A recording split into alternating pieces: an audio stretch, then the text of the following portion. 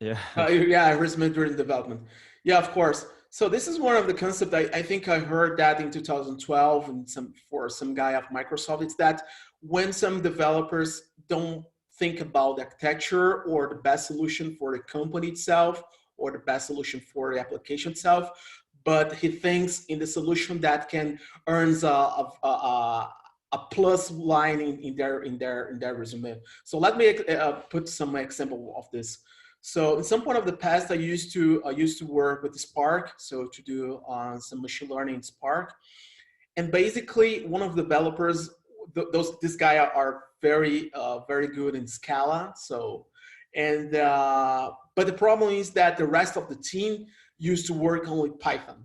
So it means that we had, for example, all these guys should adapt himself to Python, or all the other guys should learn Python, for example. And the consequence of that is that this guy made the whole data processing pipeline in Scala and just delivering the mesh data for the data scientists. And basically, this guy earned, for example, oh, okay, yeah, this guy just put in his resume or his LinkedIn something. Oh, yeah, I used to do tons of data engineering in Scala.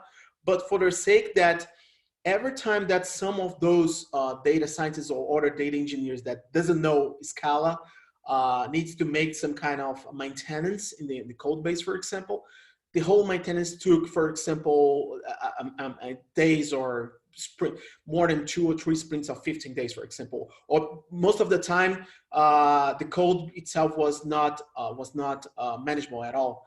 Another case, for example, was one guy that I used to work in the past, for example. Not I used to work with it directly, but it's some kind of side team or something like this. That this guy would like to learn about Elixir, like Elixir. So it's a very nice language, and basically, this guy put inside of the pipeline some ATL tool that use Elixir that reads spreadsheets from the Excel and puts that inside of the database. So it's not a bad thing, but if you want to learn something, so take that for you, or at least share this risk with your company and put the or all the aspects involved in that, or don't do that, because otherwise, for example, when someone leaves the company, the code base can be completely unmanageable at all.